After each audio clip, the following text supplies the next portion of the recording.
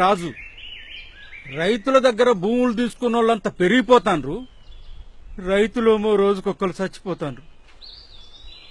అందుకే రైతుల్ని కూడా ప్రభుత్వోద్యోగుల కింద తీసుకుని నెల నెలా జీతాలు ఇచ్చుకుంటా వ్యవసాయం చేయించాలి. ఏంద్రీడు ఏం పెద్ద ఆయన మైండ్ ఉండే మాట్లాడుతున్నావు ఏంది? మైండ్ ఉందంటే మీద మసాలా దోశ మొక్కపోడా. చెవులు పెట్టి చెప్పేది నువ్వు. చదువు చెప్పే పంతులకి, కాపలా కాసే పోలీసులకి, వైద్యం చేసేటి డాక్టర్లకి జీతాలిచ్చి పోషించగలింది రైతులకిచ్చే తప్పేంది? వ్యవసాయం అంటే అందరికీ చీప్ అయిపోయింది. రైతు త్యాగం అందరికీ తెలియాలి. వాళ్లకు కూడా జీవితం మీద ఆశ కల్పించాలి.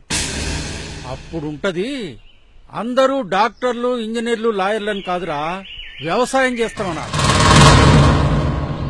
పిల్లల్ని ఏమవుతామని అడిగితే పెద్దయ్యాక రైతునవుతానన్నా.